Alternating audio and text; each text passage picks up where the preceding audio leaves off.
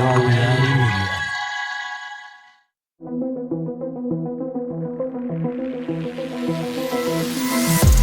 The reality we live in can be a very strange place. Most of the time, fact being stranger than fiction.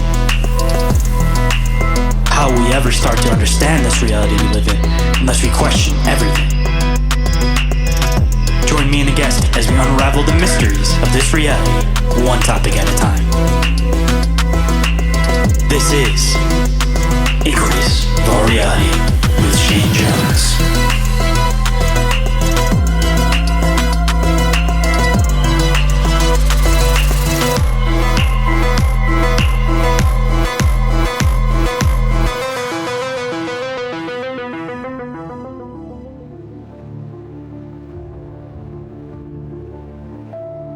What is up, Bizarre Society, and welcome to the expanse of deep conversational exploration into the fringes of social norms. I'm the one they call Shane, aka the original Shane Squatch, and today for you guys, I have Nash Hoover and Gabriel Duden joining me, two incredible storytellers who are taking their subscribers on a journey through the world of local legends and paranormal mysteries. Whether you're here for the history or for the hauntings, believer or skeptic, there's something here for everyone. But before we get into this fascinating conversation, just one quick piece of news and updates. The usual thing, if anybody wants to catch Bizarre Inquiries, that'll be happening on May 7th at about 7:15 p.m. Eastern Standard Time. And if anybody has any questions, clips, or articles that they would like to submit for that, make sure you guys get it to us before then. But if not, we'll pass it along to the next episode.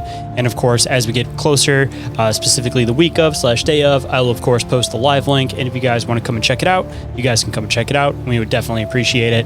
And if anybody is interested in being a guest on the show, sharing your bizarre experiences or encounters, or contacting me for any other reason whatsoever, you guys can do so through email, which is inquiriesofourerealitypodcast@outlook.com, or you guys could always call or text the Bizarre Reality Media hotline, and that number is 313-364-1551. And for professional inquiries, you guys could always email me at bizarrerealitymedia@outlook.com. And if you guys happen to miss any of that, it is all available down in the show description. And with that, let's get into the show.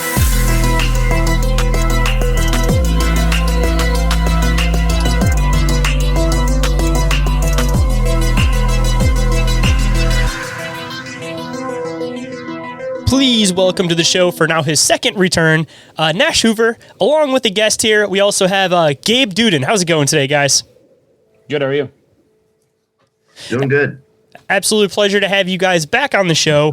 And I know I didn't formally introduce you guys like I normally do on the show. So before we get too far in, I want to make sure that I'm able to kind of let the listeners know a little bit about what each of you guys do. So whatever which one of you guys wants to go first, let the listeners know a little bit about yourself and a little bit about what you guys do. Nash, go ahead. Sure, yeah. So I'm Nash Hoover. I'm the creator and host of Chasing Legends, which is on YouTube. It's a series that we've been doing since 2013 that follows myself and a small team as we investigate cryptids. And we're also working on another series called The Local Legends, which investigates more haunting-based stuff. And Gabe and I are working on that together, as well as Chasing Legends 2 now, so yeah. I think last time you were on, you had mentioned that you were just starting to do some of the local paranormal stuff. So I guess kind of a perfect continuation on from the last episode. And Gabriel, of course, before you guys ended up connecting up, I'd love to hear about how you got into this stuff too. Sure, yeah. Nothing quite so grand as Nash. I'm just a local kind of amateur historian, I guess.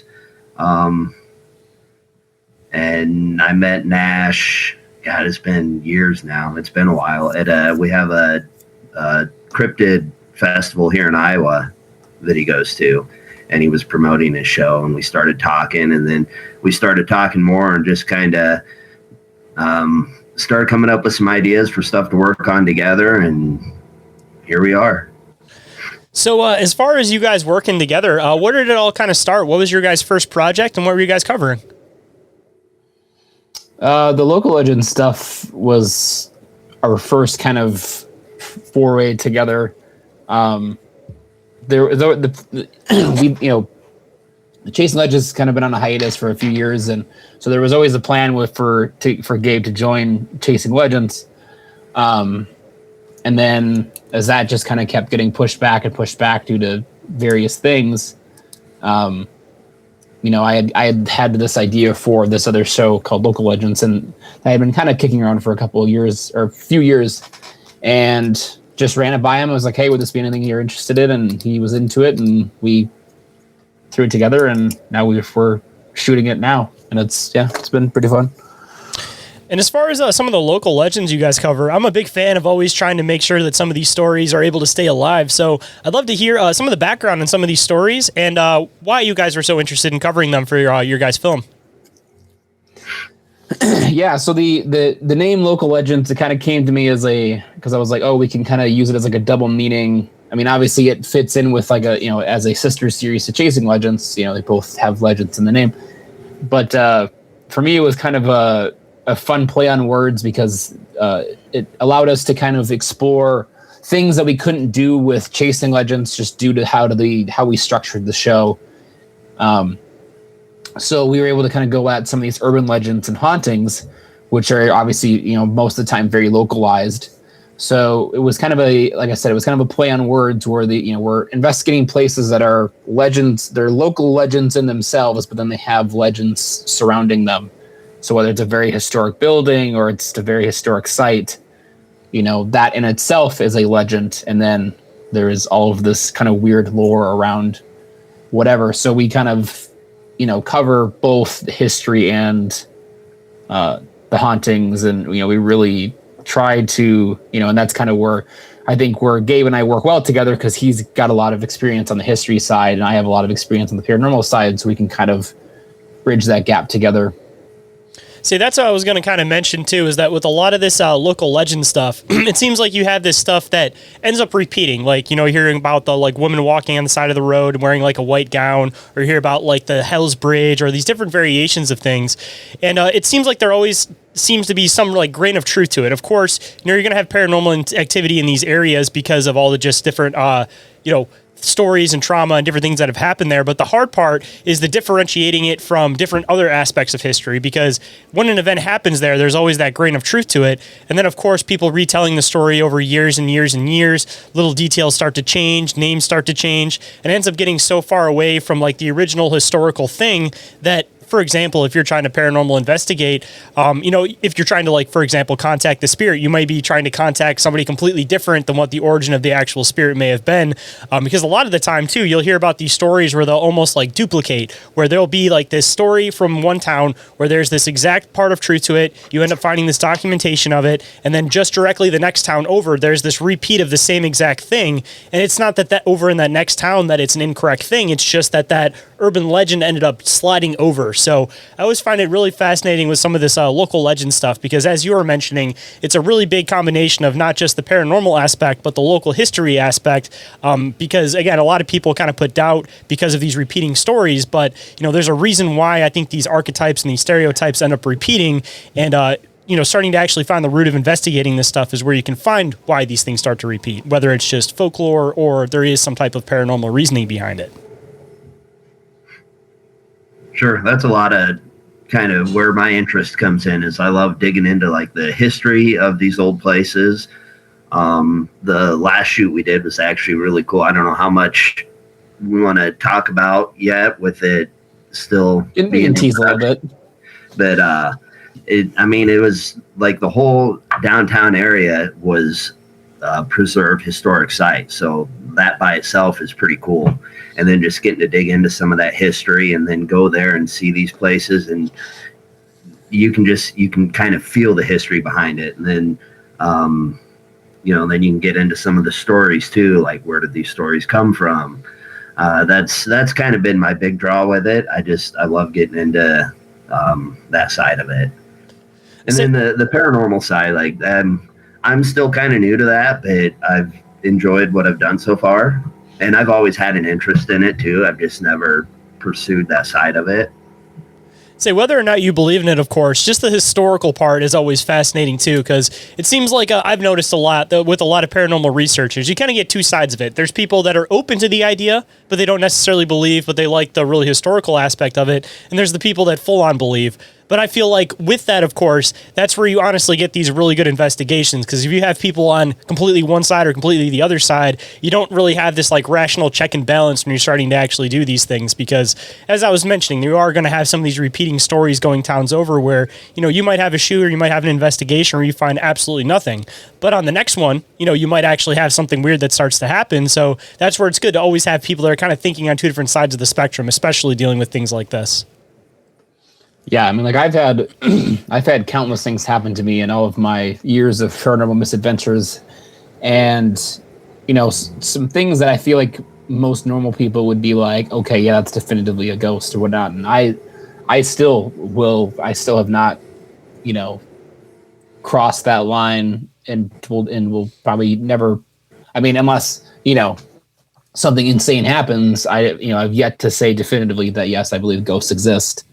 I have a hard time with that one too, just because like I'm not saying that ghosts don't exist. I just feel like that whole idea of the paranormal realm, like there could be so many different like scientific explanations and stuff to it. It's just it's really hard to like put all of my eggs in one basket on that one too. So I totally understand that one. Well, I've always approached whether it be cryptids or ghosts, I've always approached everything with open-minded skepticism and you know, and slight bias, which has, you know, kind of gotten me in trouble over the years with some people, but you can't, you know, you can't not look at this stuff open-mindedly and kind of have a rational approach to things, because you never really know. There's just so many different factors for these things that need to be explored that unfortunately not a lot of people do explore. Oh, Gabe dropped out. Oh. A few moments later. All right, so I guess hopping back in, I don't know if you want to make any comments or anything on it, but the last thing that he mentioned was going into this type of research with bias and skepticism. Yeah, I'm kind of the same way. So I always kind of refer to myself as an open-minded skeptic. I'll look at situations like this and try and rule out any, you know, plausible scenario that it could be, and then whatever you're left with, you know, whether it's something you can explain or something you can't explain, you can't 100% say, okay, I can't explain this, so paranormal, but I can say, okay, I can't explain this, so this is different, and then you can kind of look into it further that way. So I would kind of say I'm the same way as Nash. I don't know that I could ever have an experience that would 100% make me believe, okay, that was a ghost. See, I'm kind of the same way, and ironically, it seems like, you know, you would assume with a lot of people that end up covering a lot of these topics that all of them would be like full on, like, yes, 100%, I believe in it, no matter what. But most of the people actually doing the research for this stuff are more like imperial-minded, where it's like, you know, they may get to some type of stranger conclusion for like the normal person, but they get there out of rational thinking. And I always have an appreciation for the types of people that do that type of research, because I feel like that's the only way you're really going to get anywhere with this field. Because, you know, if you have every guy out here running around the woods with a, you know, flashlight thing that they're going to find Sasquatch, you have everybody out here with a phone app that has like a, you know, Ouija board on it thinking that they're finding ghosts and everything, and they're 100% into it and full blown believe in it, you know, it kind of takes away from like the honest like validity of the actual research and topics that you're actually trying to cover. And whether you're trying to do it again from a historical standpoint or you're trying to do it from a true paranormal research standpoint, you know, the more that people make a mockery out of it, almost out of like for fun, it's like the more people don't take like the whole spectrum of research seriously. So again, always respect for people that do things that way. Yeah, for sure. And before, you know, we had a little bit of an internet issue, of course. You guys were mentioning that you guys wanted to be able to tease some of your new episodes of your show and everything. So I would love to be able to get into what you guys were covering in the first episode and the one that you guys are going to be filming. Nash, you want to start off with that? Like I said, I don't know how much you want to disclose yet, but I'll let you kind of take the lead and follow. We tell you, but we'd have to kill you. Yeah, so we've for Local Legends, we've shot one episode so far where we basically got access to like a whole town, and investigated I'll leave out. I won't get too descriptive of specifically where, but we can kind of break down kind of what we were kind of allowed to do, and but yeah, we were essentially given access to what was it? Like one of the most like well preserved historic towns in the Midwest or in the country, or something like that. But like Gabe said, where it was literally like the every major building was almost like to its original state preserved and well kept. And just out of curiosity, kind of a weird sidebar question. Is this one of those towns where they took a bunch of like these original buildings and they moved them to a new location, or was this the original location where they were built at? Original locations. That makes it even creepier. So that's why I was asking. Well, the thing cool with it is they still take care of these places today. They still use them. Like it's still very much a living town. It is really cool. Because I had inquired to them about. I basically reached out and was like, "Hey, we're doing this project. We'd like to get into one of these locations." And they're like, "You can just have them all." And we're like, "Okay." So originally we were going to do 3, and then we ended up doing 2, which was still a full night. But yeah, when we had some, I think we had some weird kind of EMF stuff in the first building. Mostly in the basement. I know Echo, one of our camera guys, had a weird kind of experience with like a speaker or something that just kind of like turned on out of nowhere. And then in the second location, we were up on the upper floor of it, and I know Gabe and I for sure heard. I don't know if the other guys heard it, but we for sure heard. I heard it first. There was definitely some noise happening in the base or downstairs, and then we both heard it.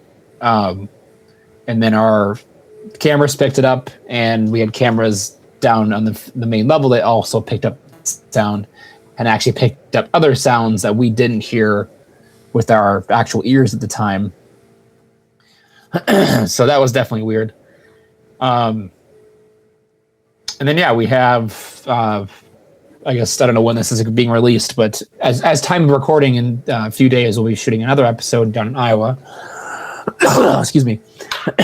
And pretty unique historic home. And then 2 weeks after that, at the beginning of May, we're shooting another episode in my hometown, which is cool. Unique old theater.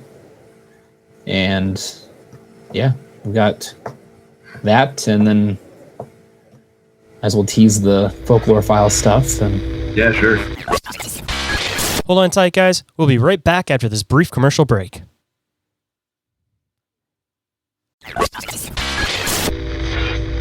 And now back to the show. So we're doing the sub series of Chasing Legends is getting a sub series. Initially when I created Local Legends, it was meant to just be kind of like short little like 7 to 10 minute, basically just us going out, just me and some people, whoever was available, going out and just showing up at places that are more on the urban legend side. No interviews, no nothing like that, and it was just kind of like a brief history, and then we'd investigate.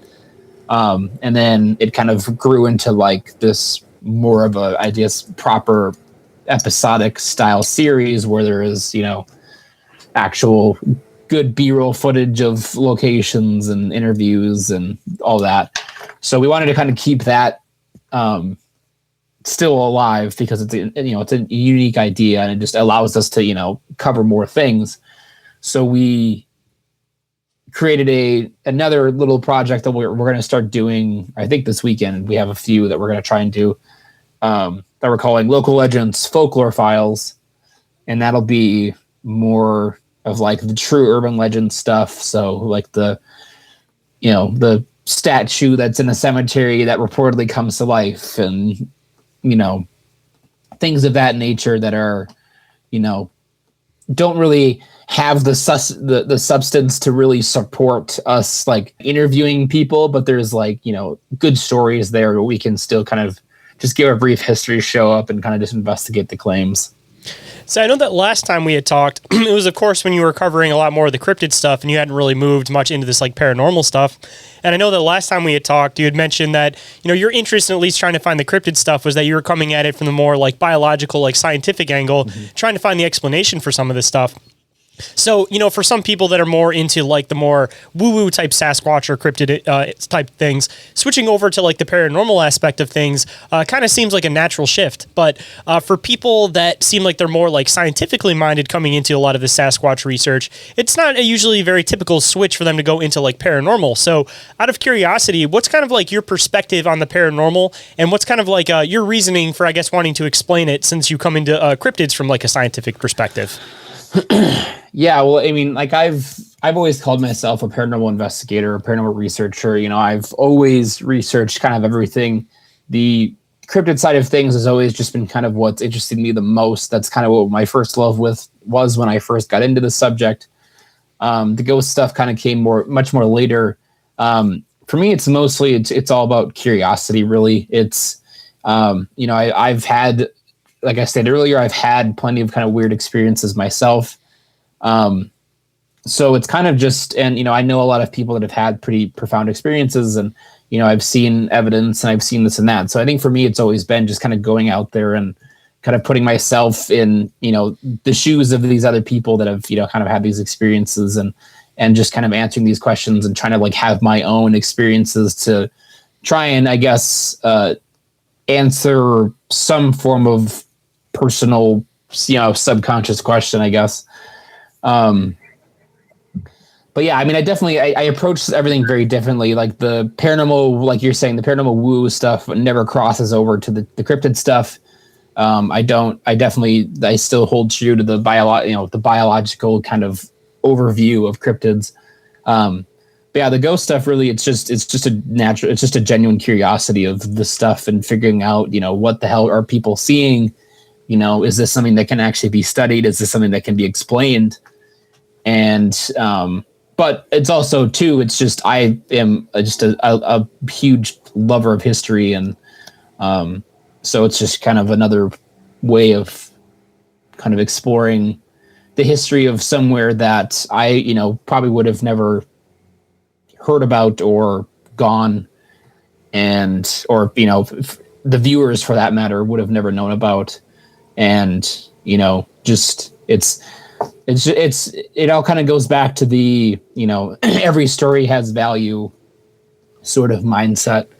Got to keep the local stories alive. I'm always a big fan of saying that because if the locals aren't sharing them, then they quickly get forgotten. And, that's American history at its finest. And it's, oral spoken language, oral history. So, yep. And I know that, like you kind of mentioned, you go into this from like a more historical perspective.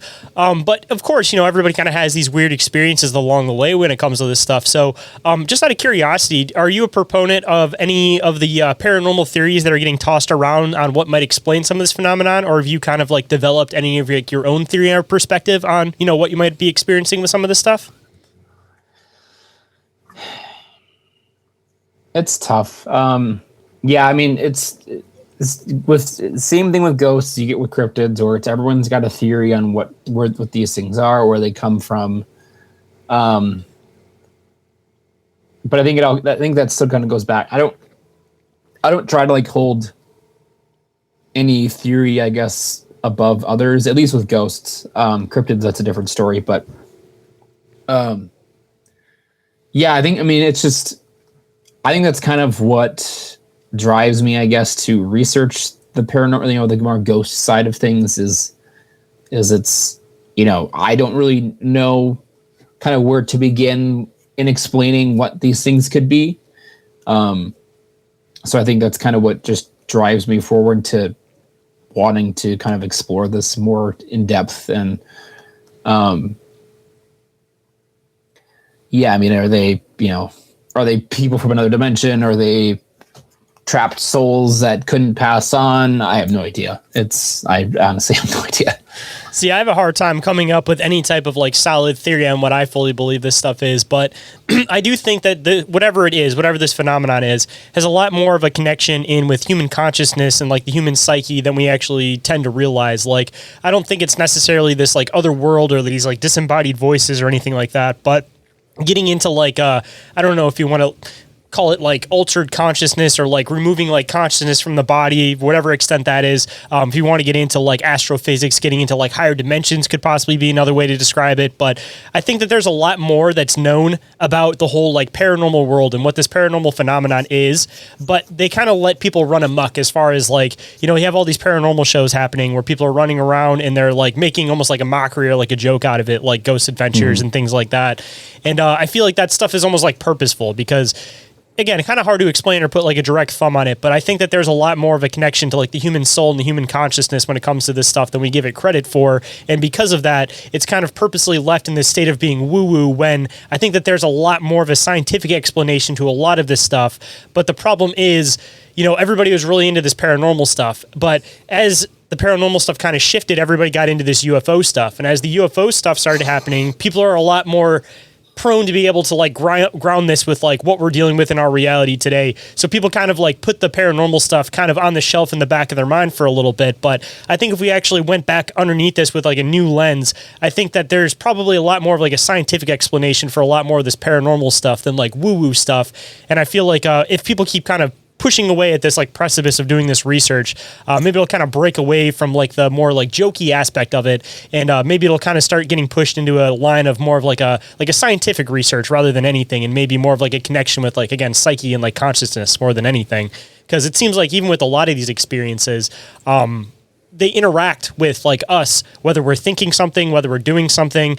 And I think this kind of connects in with things like, for example, like the double slit experiment, if you guys are familiar, that things in our reality will act differently when we're observing them or we're putting thought upon them. And I think that's kind of what's happening with a lot of this paranormal stuff, that, you know, maybe even the fact that a lot of people have their idea or thought on the fact that this building is haunted is now causing these weird events to happen in this building because people are almost expecting it to happen now, so things are happening, or every weird thing that happens, people put it into this category. It's kind of like this weird mind over matter thing. But again, I think there's also a connection in where we influence some of this stuff with putting thought on the fact that we think these areas are haunted.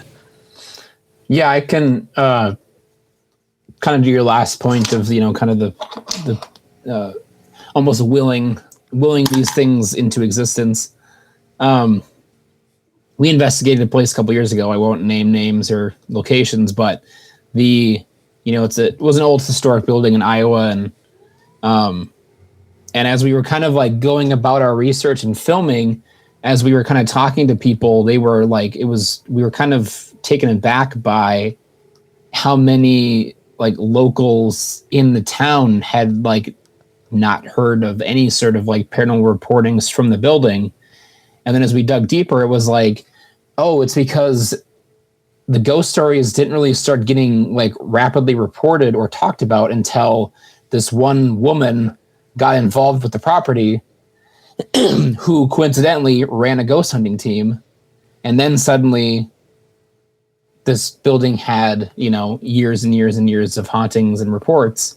So it was like, are you know, so it kind of was like, it kind of rose that question. It's like, is this stuff really happening? And are you really having a lot of this activity? Because it's like all the evidence that we're being shown is just from your own investigations. You're not showing us evidence from outside investigations. So it's like, you know, it was kind of one of those things where it was like, you know, because even there was people that were, you know, involved in the kind of ownership of the building that had been there long before this woman came and was involved, and they were like, yeah, we've never had, you know, like, I don't believe this building's haunted. Like, so it was kind of a weird thing where it was kind of one of those things where it's like, are they making this up to kind of just, is this woman making these stories up to bring people in? I mean, because obviously they're making money from it. Or, you know, does she genuinely believe that this place is haunted? Because we had nothing happen. And, you know, we worked pretty hard to kind of elicit some responses in the areas where they said you were pretty much guaranteed responses. kind of a weird thing to think about, but there's a lot of these theories that they say that like telepathic abilities and things like this and telekinetic abilities are something that humans might potentially naturally have or might have had at one point, and then we kind of like fell away from possibly having these things. If we are able to influence things around our reality, it almost kind of makes you wonder if that might be part of the explanation on what some of these things might be. People subconsciously altering things without them realizing. So you'll have somebody that'll walk through that doesn't believe in anything, and of course nothing will happen because in their mind they're not thinking that, oh, this chair's going to slide, this thing's going to move, I'm going to hear this sound. But if you have somebody that's going through that fully believes in these things, it almost kind of makes you wonder if it's like their consciousness, like their possible like telekinetic abilities or like astral travel type abilities, if you believe in that type of stuff, that might actually be like influence these things around them that, people think that they're experiencing a ghost, but what it might actually be is like their subconscious actually moving these things around them because they believe that something is going to be moving something around them. And especially getting in the more historical aspect of things, if you have a building that's been around for a couple hundred years and people have been sharing these stories about this for a couple hundred years, you have generations of people that have put so much thought and intention on the fact of something is going to happen in this building that there has to be some type of like a buildup, even if it's something simple like, the building settling, for example. Anybody that walks through there, because there's now been 300 years of there being these scary stories coming from this place, you're instantly going to categorize that in your mind. But again, on the flip side, if you're walking through this building and you're like, oh, I'm going to hear a sound, something's going to move, is it possible that you might be influencing the reality around you from these things? Yep. Yeah. And I don't know the name of the experiment, and I'm sure it has many names at this point, but I know I've personally seen and have seen, or physically seen, and I've seen obviously videos of people doing it where you essentially put yourself in a haunted location and you blindfold yourself and you put earmuffs on, completely remove any sorts of, pretty much all your senses that are going to, see or hear any sort of paranormal encounter, and that way your mind isn't going to kind of, make things up, I guess. And let's kind of see if, you still get any sort of activity when you've basically removed those things. But the issue with that, I guess for me, is then it's like, then your mind is just going to fill in the blanks. And if you're going into that, excuse me, if you're going into that experiment with the intent of kind of trying to get activity by removing your senses, you're just going to think you're hearing and seeing things. So yeah, I guess with the ghost stuff, there's a lot of like psychological factors you like need to kind of consider. And, we tried to, I guess, always kind of keep an open mind, and we try to, if we're going to like sit and ask questions, we always try to make sure that everything's like as still as possible, because like you said, you go into some of these old buildings, everything's going to move, every step you take is going to creak, and, it's just the nature of a lot of these places. I'd love to get into some of the more historical side of things, because I know we haven't really given Gabe too much a chance to talk, of course. Yes. So I'd love to dive into some of the more historical aspect of some of these buildings that you dived into. Not even necessarily paranormal, but I just love hearing about the fascinating folklore and history of these places that you guys have been to. Sure, yeah. So going back, so the one that Nash was talking about, the first one we did that didn't really kind of pan out. Digging into some of the it had a really cool history. It was this old train depot building, hotel. As far as trying to find like history on hauntings or anything like that, again, nothing really popped up until said woman kind of took over. And then some of these stories started surfacing as far as like the hauntings and everything. But then this other one we did, like we said, the whole town was it was preserved. It was historic. I mean, there's one place, like it's been a restaurant for its whole existence, and it still is today. You can go eat there, and just kind of getting to hear some of the history, the families that are taking care of these places, that have been taking care of these places for like the last 150 years. You don't see that kind of investment a whole lot anymore in older locations. So when you do get to go to a place like that, it's really neat to hear about. The one we're doing this weekend, again, I don't know how much to go into it, I guess, because you got to save it for the episode. But yeah, it's another one of these really old. I mean, it's been around since the 1850s. It's just an old house there that it's been preserved, and kind of a prominent family lived there for a while. So I feel like it's hard to kind of really go into details without giving anything away. I feel like I'm just stumbling over my own words here. Well, here, let me flip this a little bit, of course. It seems like there's been this really, really big resurgence of people actually being like really, really interested in like their local history, just seeing like figuring out information about like people who have lived in their area previously, some of these historic buildings and things. So for people that do have that interest and maybe they don't have a town where somebody's really being able to dive into some of this stuff, do you have any suggestions on how people can start really getting to dive into some of the history of their town? Honestly, I'd say, start with either a Google search. Sometimes you'd be surprised what you could find if you just look up your own town. And it, like where I live, there's some stuff here I never would have thought about. But when I looked in, it was like, oh, wow, I never knew that even happened here.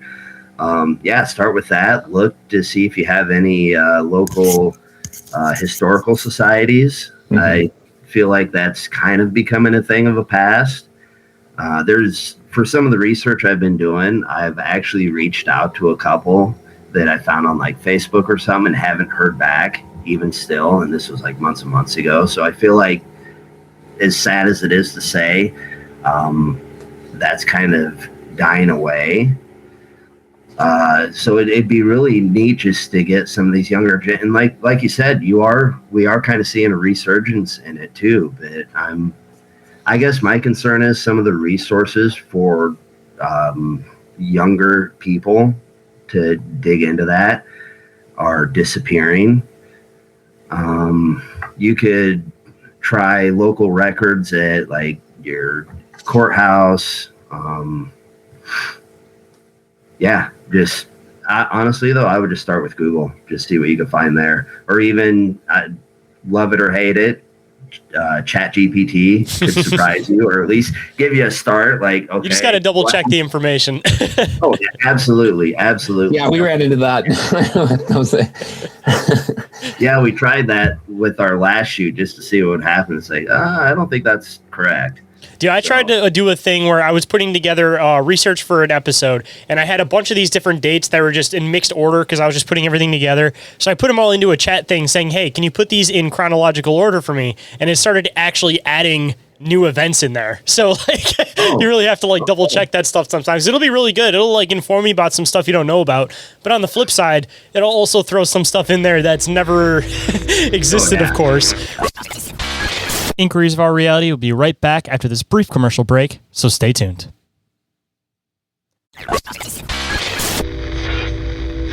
And now back to the show.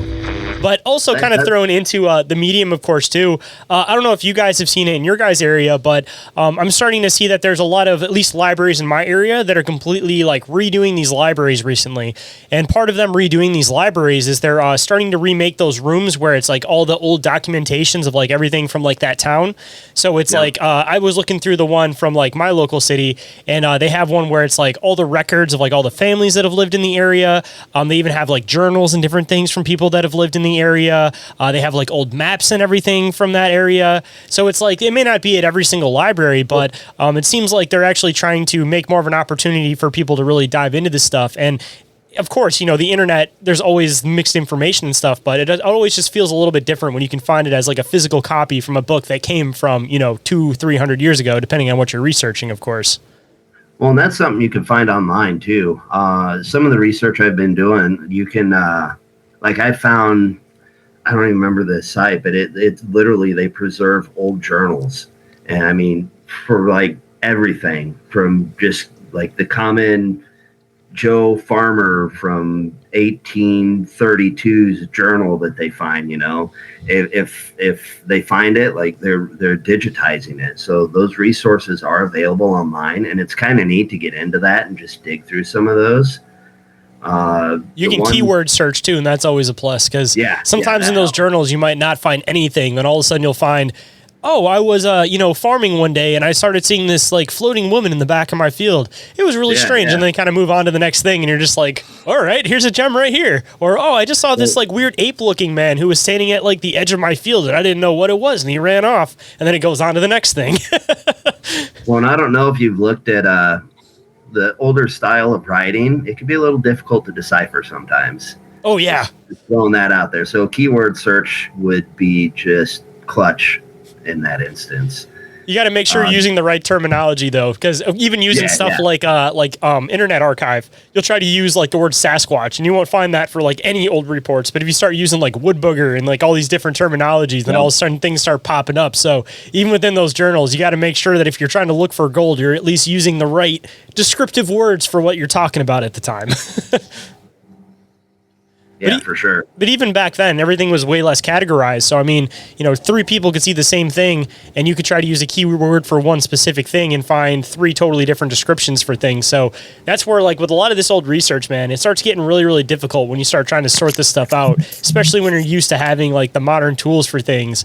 And, you know, the way that, like, when you search things now, it'll kind of bring things over. Like, if you look up Sasquatch, for example, it'll bring up ape men like things. But when you're trying to actually search for this information, you know, that's not going to translate and pop over correctly.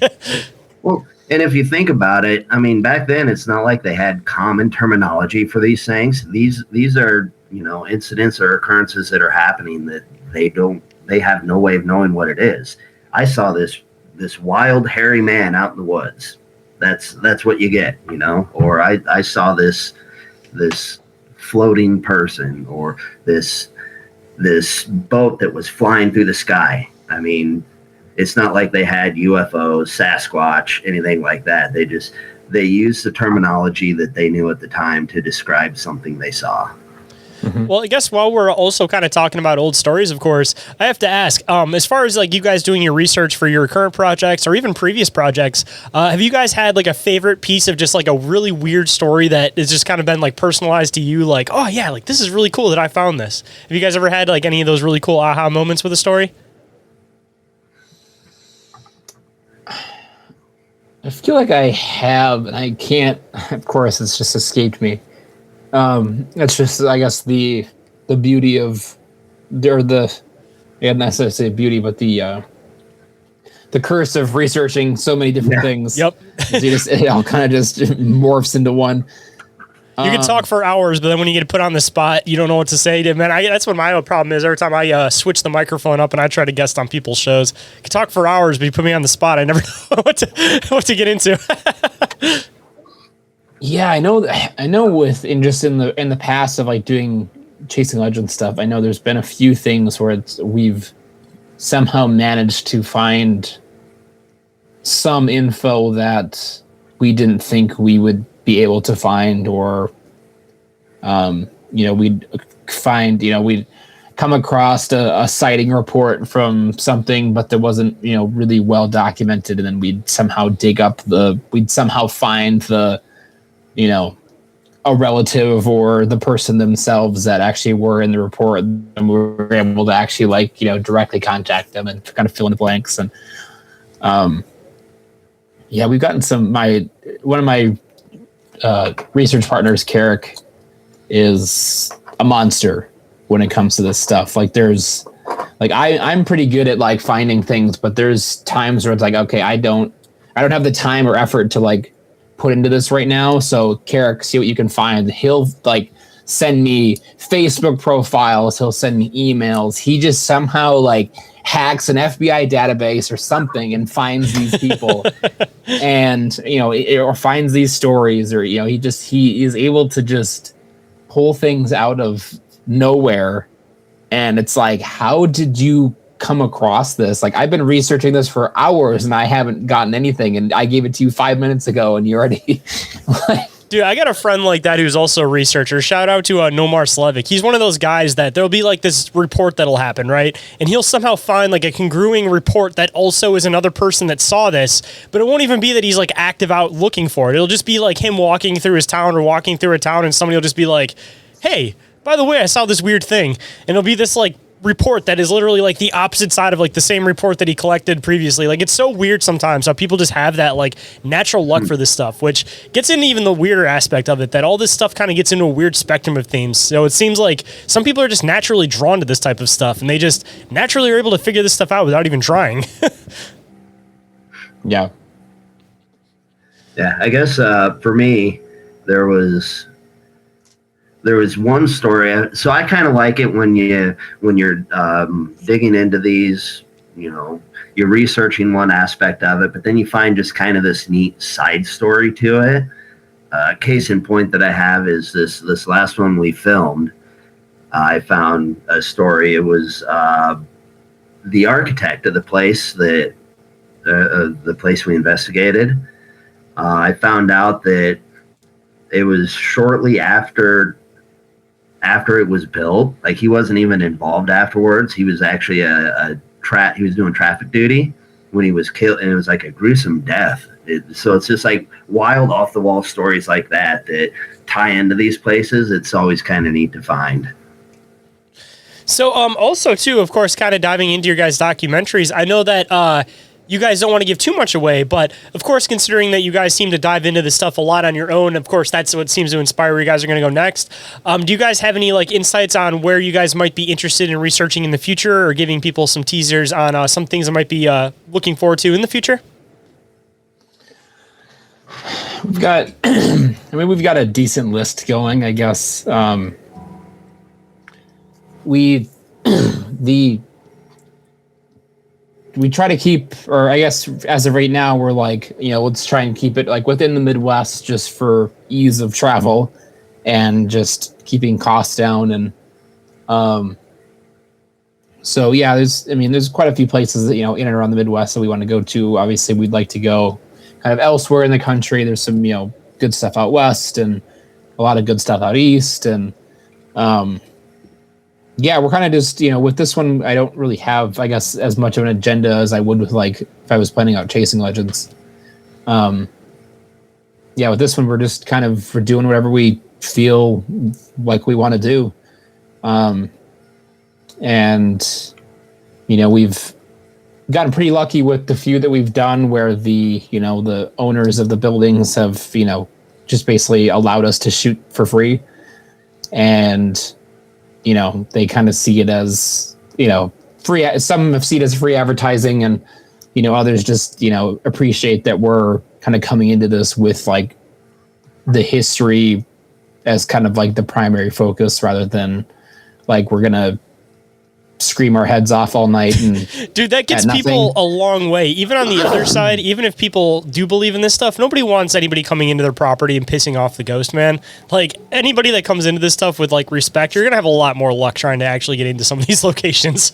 Yeah, sure. Well, and I've always in the few meetings that I've had with some of the locations, like, I've always made that very clear. Like, we're not, like, that's not what we're about. Like, we're not going to come in here and we're not going to like make stuff up. We're not going to fake evidence. We're not going to fake encounters. We're, if nothing happens, nothing happens. Like, it's just, not going to take away from the work that's been done. Because, either way, we're showcasing a historic location, whether we feel it's truly haunted or not. Same with the kind of the cryptid stuff too. Go ahead, Gabe.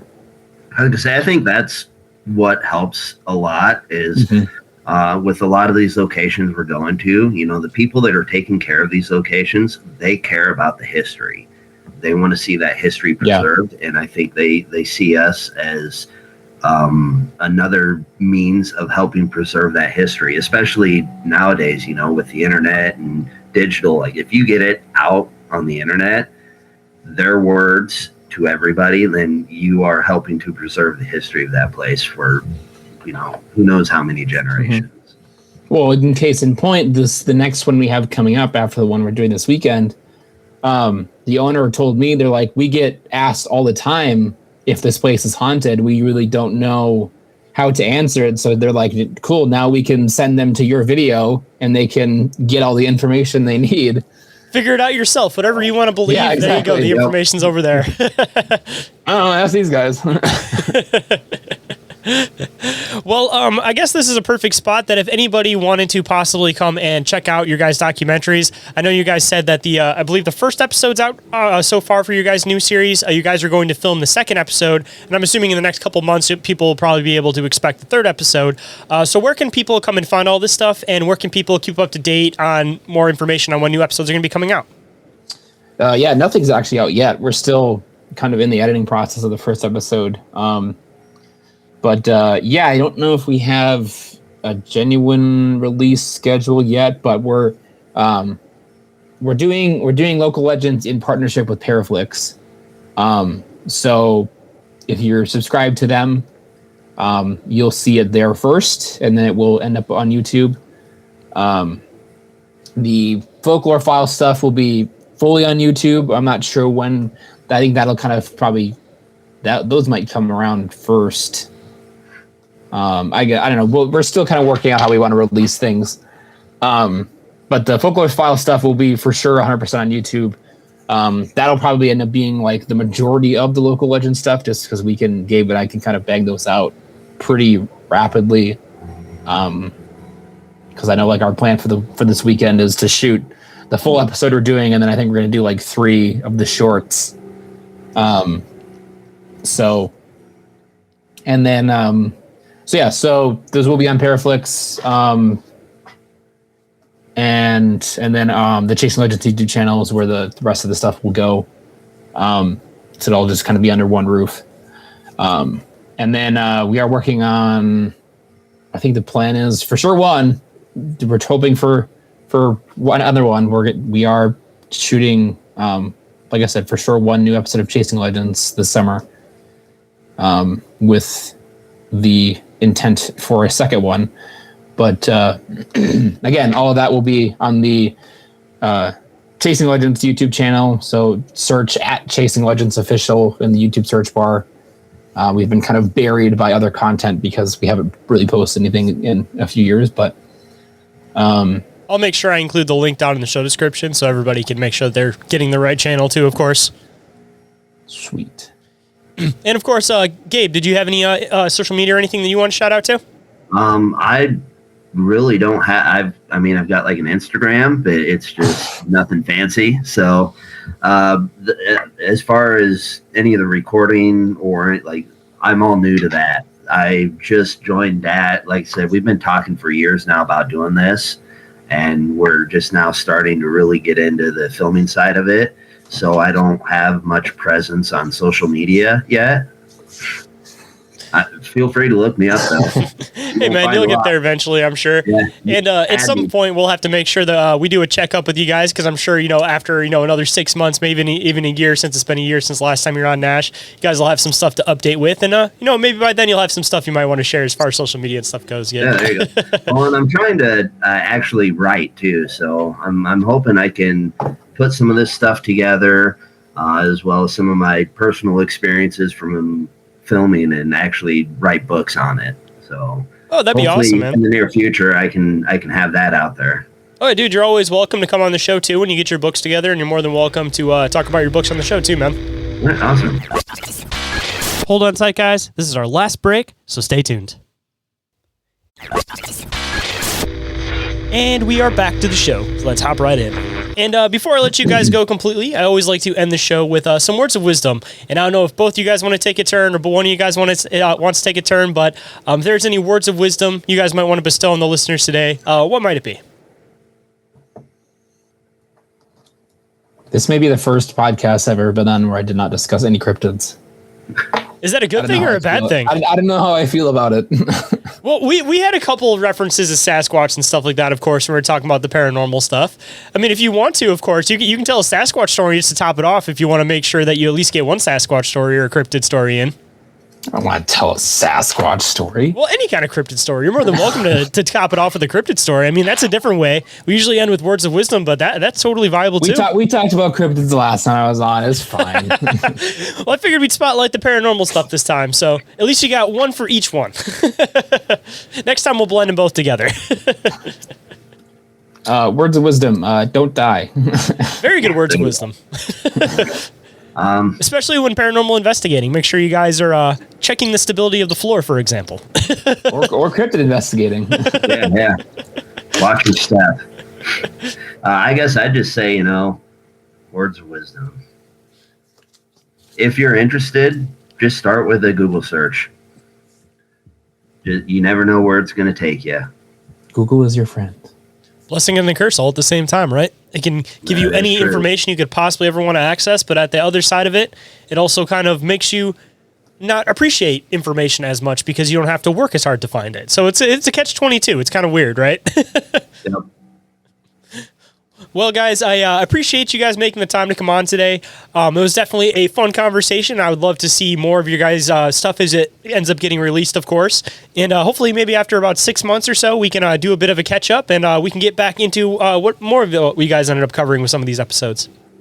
Sure. Then hopefully we can elaborate a little more. Yeah, we should be able to. I think we'll have stuff starting to roll out by then. Yep. Hey, you got to give them a little bit of a teaser at least. At least we got into some paranormal conversation, at least as far as the possible dynamics of it and stuff like that. So you may have teased a little bit on the thing, but at least we got into some good conversation on the side. But yeah, in a couple of months, maybe we can actually fine tune, actually dive into some of these episodes after you guys release them. So yeah, because we should have by then. We should have I'd say by the end of the summer we should have a few of the local legend stuff out, the new Chasing Legends stuff out, and a few of the folklore file stuff. So we should definitely have a lot of stuff to talk about. Well, perfect. I guess for the listeners out there, we'll try to touch base maybe around the end of summer or so. So if you guys would like to get an update on anything going on with these guys, make sure you guys check back end of summer and we should hopefully get something rolling. Yeah, and Local Legends TV on Instagram and Chasing Legends Official on Instagram. That's kind of where you'll see a lot of the kind of in real time updates as we're filming. And at Nash Hoover is my personal. And again, that's kind of where you'll see a lot of real time updates of the craziness we're getting ourselves into. And of course, I will make sure that I include those links down there too, so everybody can find those. Probably the best way to keep up to date, because I know you said that your pages were inactive for a little bit. So I feel like at least following those pages, you'll kind of get the main frame of a little bit of everything that you're doing, since you have little side category projects going on. So yeah, there's too much stuff, which is why we're just going to put it all on one YouTube channel, because I can't manage 3 different channels. Hey, same here, man. That's why I put all my shows on the same one and just call it Bizarre Reality Media. Big thank you to everyone out there for catching this week's episodes. Just a reminder, this show wouldn't be possible without listeners like you. Podcasts are a labor of love, and I want to be able to keep this show going for as long as possible. If you'd like to support the show and all the hard work behind it, a few different ways that you can do that are by leaving a review or rating anywhere that you guys happen to listen to this podcast. And once I find it, I will read it on the show and give you guys a big shout out. And you guys could also share the show directly through word of mouth with anybody that you think might listen, because the only way that podcasts are able to grow is through grassroots support from listeners like you guys. So anything that you guys are able to do, I more than appreciate. And if you guys are in a position to support the show and find value in what I do, please consider donating to the show directly, which is the absolute best way to support the show. And you guys could always leave a note with that, and I will read it on the show and give you guys a shout out or read it for your business, whatever you happen to want.